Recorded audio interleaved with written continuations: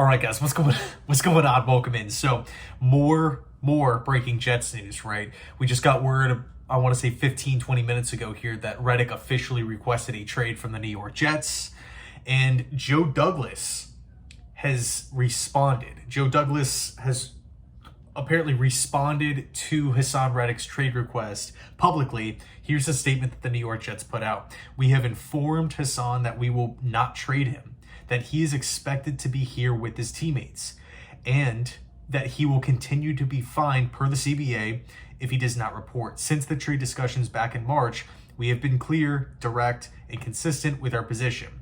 Our focus will remain on the guys we have here as we prepare for the regular season. So we made the point in the last video about Reddick and his camp making this decision as maybe a chess move, like let's try to kick the Jets into high gear and say, okay, well, we're going public with the trade request.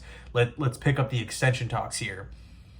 But personally, I guess you can make that argument, but personally, I don't think it's the best plan of attack because Reddick doesn't have much leverage to begin with. Why? Because he's under contract for at least one more season. He's going to continue to be fined by the CBA. So he's going to continue to lose out on money. So here's my big question. What's the end game? What is the end game here for the Jets? Why did Joe Douglas make this move? We got some weird reports coming out from Connor Hughes in the months prior. We've been talking about the situation since March, right? But we've got very team-oriented, team perspective reports, all over the place, right?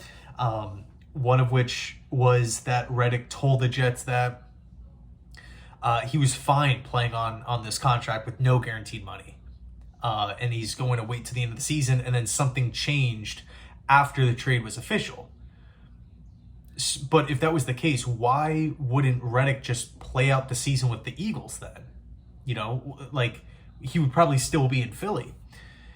That's number one. Number two, we got a follow-up tweet from Reddick, I think it was a day or two after, saying that, don't believe everything you hear. A lot of people are taking this and running with it. So that just, makes your ears perk up a little bit as a fan. You're like, oh, okay, maybe there's more to the situation. And then I think it was actually the first day of training camp, we get another Connor Hughes report suggesting that before the trade went down between the Jets and the Eagles, the Jets offered Reddick a new deal, a contract extension, which included a pay raise. And Reddick said no. So first off, why wasn't that talked about months, when that first report came out? Secondly, if Reddick said no to a pay raise off of what he's currently getting now, and I'm assuming it's probably a substantial pay raise, not like, okay, Reddick, we're going to give you $15 million and no guaranteed, right? Obviously, it has to be a little bit more than that, I'm assuming here. But again, if that was the case, and Reddick said no, why did the Jets go ahead and trade for him then? Right? If Reddick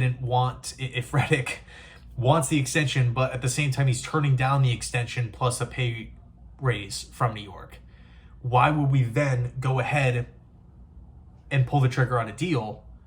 And then we get, again, taking that report and comparing it to the one before, then he was supposedly fine playing on the 1-year deal, and then something changed. It just doesn't make any sense.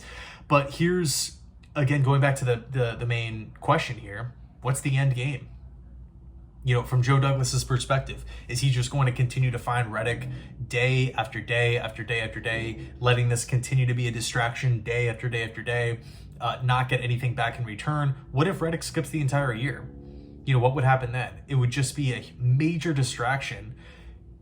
Because he's skipping the year, I believe the Jets would still have control over his rights from a technical speaking. I could be wrong on that. But it's like, does this even make sense? At what point do you just draw a line and say, hey, you know what? This is just not working out. We already gave up a conditional third. That trade is finalized. Philly has that pick. Do we actually trade him? But then from there, it's like, okay, at this point, who's trading for Reddick? It's probably a team that has a lot of money to spend, a team that needs a pass rusher, a that team that is fine giving him the extension, which I thought was the New York Jets, but apparently not. Yeah, well, I mean, we'll see what happens here. It's freaking weird. And I guess I'll leave off on this. You know, what happens if they do reach an agreement? Like, from me as a fan, you kind of feel like these two sides are like drawing a line in the sand, respectively, like both sides. Reddick wants this new deal. The Jets are like, no, you're not getting it. According to Joe Douglas here, again, the Jets have been clear, direct, and consistent with their position. So apparently that doesn't, it's not on Reddick's level. So we are just looking at a standoff, essentially. So if he just shows up tomorrow, right, because there is training camp tomorrow, if he just shows up, the Jets can't find him. But like, would he practice? It's just such a strange situation. And also, if this continues to go on and on and on, let's just say it drags on to the first regular season game. At that point, Reddick would, be fined so much money. It's insane to think about because he doesn't get that money back. But, from that point, do the Jets, like what would change in the Jets' mind as far as an extension is concerned?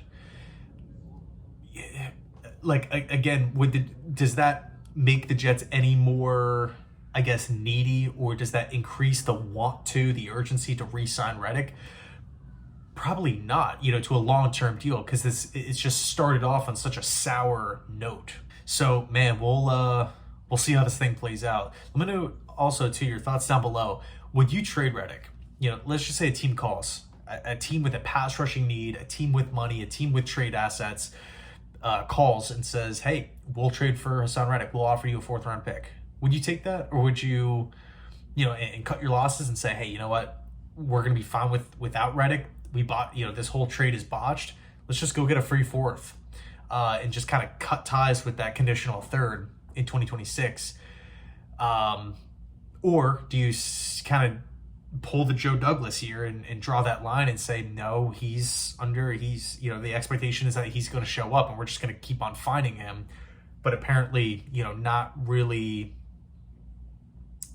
extension talks don't really seem to be progressing in a positive way here. And also too, I've seen the argument, okay, we'll just trade Reddick for Adams. I just don't know if that makes much sense for Vegas, because A, they already have a primary pass rusher in Max Crosby, but B, and it's not to say that Reddick wouldn't help the team. Obviously, he'd be a big boost, but if the Raiders are trading Devontae Adams, chances are they're going to blow it up, or they're a really bad football team, or the win-loss record isn't where they want it to be, and they want to recoup draft picks. They want to get younger. They don't want to just trade one of the best wide receivers in football for, like, right now, a current headache at the position. Because then they're inheriting they're literally giving away one of the best players in football for a problem that they would have to figure out on their end. And Reddick is 29. It'd be one thing if Reddick was 24. Okay, a little bit different, right? Young upside player. But to just swap veteran for veteran, maybe it doesn't make a ton of sense unless the Jets attach a pick to it. But then at that point, what kind of message does that send to the Raiders fans before the season? I think the only way Adams gets dealt is at the trade deadline. But in any case, let me know your thoughts down below in the comment section. Thanks so much for watching and putting up with this whole situation, because I know it's been, I know it's been draining. But in any case, thanks so much, and as always, go Jets.